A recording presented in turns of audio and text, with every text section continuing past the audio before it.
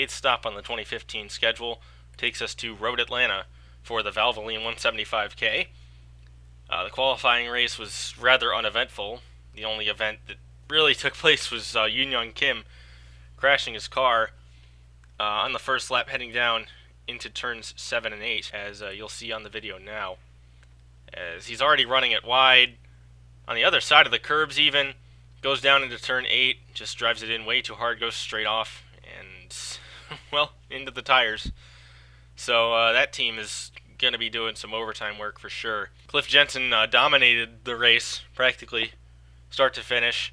No further incidents really took place. Everybody just kind of ran their own the best they could.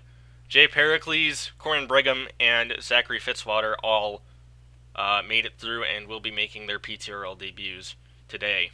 So congratulations to them, and we'll see if they can make their poke their heads onto the grid more often as the season progresses. On to the main race now.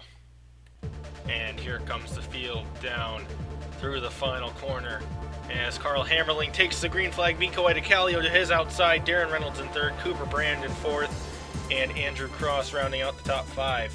As Hammarling already pulling out, seems like to an early lead over Reynolds, who's going to take over second place. In the back of the field through the S's, we've got Ravi Minhas drifting wide, getting into the quarter panel of Mark Mallett, and sending the 41 Prudential Chevrolet around. No harm, no foul, he'll get it back going. Daniel Voiles here coming through turn 10, which seems to be a bit of a trouble spot. Eric Webler going around in the 49 car. Voiles is going to pit, and that's going to be the end of his day, as he suffered some extensive front-end damage in that. The next lap, Brian Napolitano running into the back of Earl Graham in the 4 car. And I'm sure Graham didn't appreciate that, neither did Napolitano's crew, as the 82 is going to take it to the pit lane. And the lap after that, Salvaris in the 63 is going to come in after he was run into by somebody as well, I assume, in that corner. As Olive Blue swinging it out wide, Eric Webler getting into her right rear quarter panel, and I don't think that they hit the bridge there. And good miss by Mallett getting through, but Olive Blue washing out wide. Webler just hooked her and spun her out. Webler maintaining his position, but Blue obviously going around, tapping the tire wall there. I'm sure she wasn't too thrilled with the 49 team after that one, but overall she's really not affected by that. Patrick Johansson, Casey Lester, and Chase Donovan, you can see that blue car in the background. All of them definitely did not have the qualifying results that they had hoped for, and they were trying their best to try and side their way through the field, getting back up to the front. Zachary Fitzwater in the 59, making his debut for Fitzwater Australia Racing. He's an accomplished V8 supercar driver out in Australia, trying to take his hand at American stock cars. And so far, he's not doing so bad. He's in 21st position right now, just in front of Tim Hutchinson Jr., the points leader of the series. So I guess that's definitely an accomplishment for him. Jay Pericles just behind his mother Cassandra, and in front of Patrick Johansson, he's running about 24th. While the best of the debutantes right now, Corin Brigham in the number 06. British driver has run a bit of Canadian touring cars over the past few years. As he finds a sudden burst of speed through here, goes underneath Troy Cowie in the 11, and he's going to take over the 7th position. And Brigham having a great run to start off his PTRL career. And not with a bad team, too. AGR, one of the top stables in this series, is Mark Mallett giving a little shove to Eric Webler on lap 9. Webler looks to be washed in. Oh, they make contact into the bridge. Goes the 41 and the 49. Big hit for the both of those two, as the 41 looks to just have washed out too far into the wall. Big hit for both of them. Webler's going to be able to keep it going, though. But Mallett would be done. He'd need some assistance out of that 41 car, so perhaps there's a foot injury there. We haven't exactly gotten complete word from the infield care center on that. Darren Reynolds, however, running in second, having a great run for the Monster Energy Motorsports team. Andrew Cross and Cooper Brand just trailing behind him, but this is exactly the kind of run that Darren Reynolds and that entire team has really been needing. So, Eric Webler just in front of Olive Blue, kind of holding her and Salvaris up here. And Varys in the 63, obviously a much faster car, much more funded than these two. Much more powerful than these two, as well as the 82 and Napolitano. But both of them obviously had to pit for repairs, as I mentioned earlier. And there's Varys blasting by the both of them as Webler's... Oh! Napolitano just sneaking his way on through there. But the 49 really going slow, holding up the 02 because of his engine damage. And the 02, I'm sure, not happy with Eric Webler after that one. Possibly a middle finger out the window of the 02 car. And I don't blame her. Troy Cowie making a move underneath Corin Brigham, who drifts it out wide, heading through the chicane underneath the Suzuki bridge there. And he's going to make a peek on the inside, just as Brigham did earlier on in the race. And these two have relatively been around the same speeds on the practice charts and in qualifying. So not a surprise to see these two kind of exchanging positions. As we've got Pat Demps running into the back of Alex Robbins here. This is lap 15. That'll be the last that we see of Pat Demps's hood, as he's going to head on into the pit lane to get some of that damage repaired, take the hood off of that car. We've got Winston Rivers now holding up the 63 and the 82, who have been tearing through the rest of these lap cars. Oh, Varys running wide, trying to avoid Winston Rivers there. Rivers playing very defensive with the 63 and the 82 there. Barry Jubina running into the back of Grant Carson's right here. And that was a bit of a late entry into that corner. And no, doesn't look like the 19 is going to pit, but the 22 will, on board with the 19. And yeah, he wow, that's pretty blatant. He seemed to use the 22 as the brake there. But Carson's would head down in the pits. He'd end up falling off the lead lap as a result, which is probably not surprising considering Karl Hammarling is checked out on the rest of the field, as we've just completed lap 21, around the halfway mark now, as he's about to put olive blue in the 02 a lap down. All the damage on the 02 car probably not helping her case out. As we've got Darren Reynolds tapping the back of the 99 car. And everyone's kind of stacked up right here. The 2 and the 26 eventually are going to catch up to the end of this pack as well, as these leaders kind of stuck behind a bunch of damaged cars. Definitely not helping in their quest to try and stay in the hunt for this one, as Casey Lester and Ben Ross side by side battling for 25th, ironically on lap 25. As heading into right-hander here, Lester looks like he's going to be able to clear for the position. Neither one of those two having the runs that they would like, which is kind of surprising. Lester admitted that road course tracks were his favorite, so definitely not what he wants to see. Darren Reynolds trying to make a move around Grant Carson. He gets run into by the 99. The 99's around as he got hit by the 2 of Andrew Cross, and the 2 car goes off for a brief moment. He gets right back on. And the 21 and 26 are both on their way into the pits from 2nd and 3rd place as a result of that contact. And the 2 car is going to go by into 2nd place. As we take a look from the 02's perspective, looks like Cooper Brand hammered into there and kind of inflicted that damage on everyone, but Cross is going to inherit the 2nd position now, despite some of the rear end damage that he's got. But it's a long way back to Karl Hammerling, who we're on board with now, as he's going to put Ryan Napolitano a lap down in the 82 car here. So definitely not the day that 82 team was hoping for, since they missed Richmond. They're going to need all the points that they can get to try and get themselves locked in. But the 26 and the 21 are down to 12th and 13th position, respectively, as green flag pit stops are going to kick off, with Zachary Fitzwater coming in to get service on that car. And Karl Hammerling heading through the chicane now. Looks like he might be on his way in as well. This is lap 28. Yes, it is. Working lap 28. It'll be 29 by the time he crosses the start-finish line. As Hammerling bringing the number 31 Qualcomm Dodge in for service. As Nick Pericles and Earl Graham battling around the mid-20s. Oh, they get together into the wall! And Pericles is up and over, barrel rolling! And that's a big accident for the 90 car. As looks like he slid the car. Graham got into his quarter panel. That's a big hit into that concrete wall underneath the bridge. And yeah, the 90 slid wide. Graham was just there. Oof. That's tough to watch. Earl Graham's day obviously done. And that's a shame for him. Pericles trying to turn the car to the right. No, nothing he could have done. So he takes a wild ride.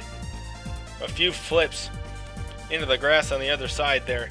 Looking at this in slow motion. Nothing he could have done. Oh, that's a big hit. And all that energy just dissipates. As Pericles was shaken up by this, but okay. Whereas with Mark Mallett's car, the car just kind of came to a dead stop, and it was that impact with the outer wall was more so with the back half of the car than on the roof. So people worrying about head injuries there have nothing to fear.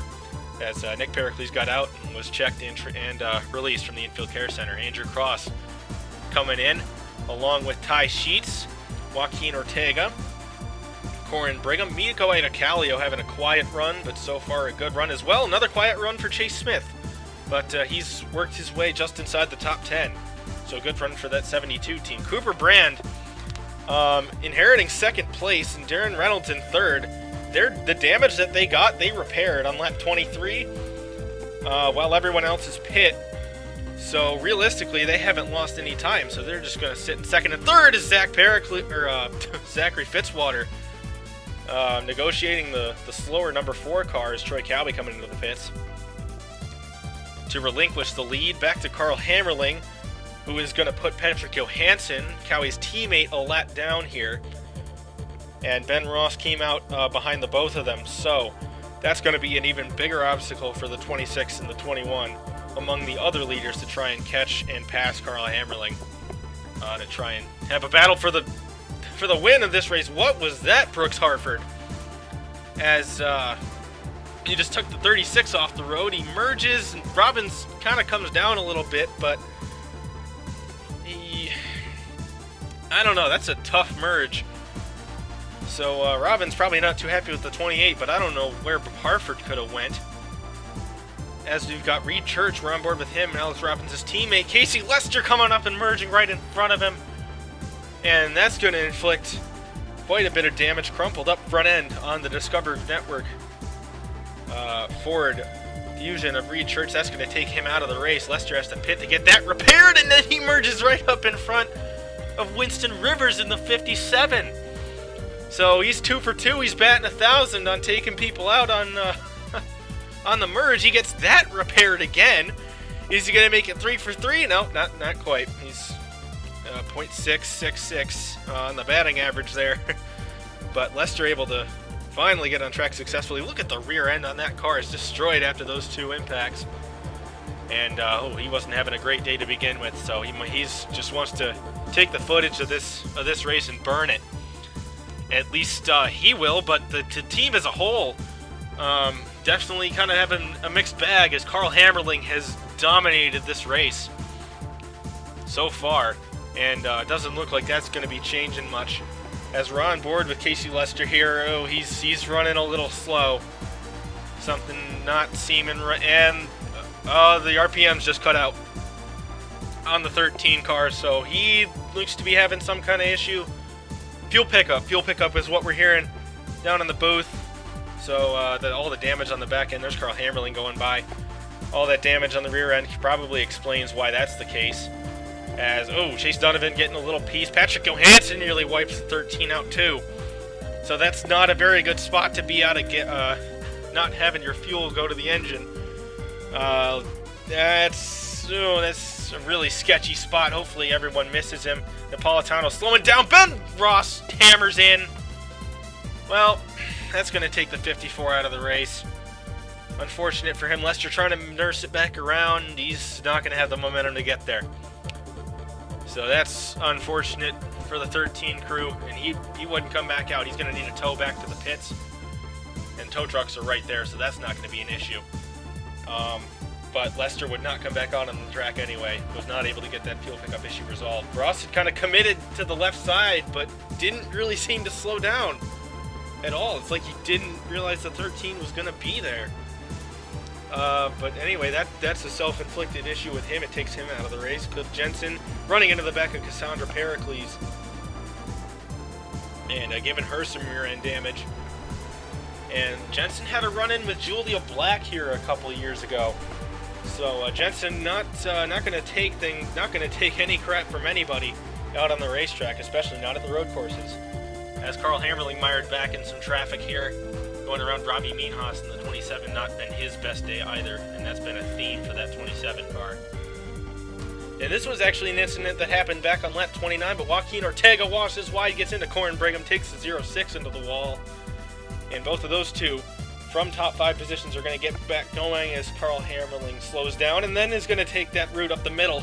Sneaky little move to get by there, as Ala Blue trying to hold the 66 off. We've seen the lap cars be really defensive all day, and that's going to be at the expense of the 66 and 06, as those two would pit. The 66 would keep going, Brigham would pit to get repairs, as little stack up there between Preston Bell and Winston Rivers and Robbie Meanhaus. That's going to take the 57 into the pit lane. Definitely not his day either, Winston Rivers. As we got Brooks Harford making some contact with Cliff Jensen, Jay Pericles, and Patrick Johansson also getting involved. The 44 is going to pit that car. And Jay Pericles looking at this incident as well. The 81 gets plowed into by the 16 of Patrick Johansson, and that's going to take Johansson out of the race. Definitely not what that team needed to try and help their championship efforts out. Robbie Meanhaus plowing into the back of the 3 car, and that's going to take him out of the race with engine issues. Oh boy, this has been the absolute opposite of what the Delta Force team has been wanting their season to have. As Karl Hammarling in his own zip code right now, despite all that craziness happening around him, he takes the white flag. He doesn't even really have to pass Tim Hutchinson Jr. right now, the point leader. He can just kind of coast around, hover behind the 39, and he'll be good to go. As Hutchinson's teammate Cooper Brand, this is coming to the white flag. He runs into the 81 of Jay Pericles, and Ryan Napolitano runs into him. Pericles ended up hitting Fitzwater, so that's going to give him some pretty heavy damage. Him and Napolitano both are going to retire, but Cooper Brand's going to keep going. Despite all the damage he has, he's in second place right now, so he is not going to be willing to give that point-spanning position up. But Karl Hammarling leaving Tim Hutchinson Jr. in front of him. Looks like he made a move there, wasn't going to work out. But the Swedish GT driver has put on an absolute clinic, led all but 2 laps in this one, and that was because of pit strategy. Karl Hammarling has absolutely deserved the result that he's going to get, which is going to be a victory. Here's out of the final corner. Karl Hammarling wins the Valvoline 175K, and a hell of an effort put on by that 31 team. No other driver that even deserved even close to getting this win. Congratulations to that entire 31 team.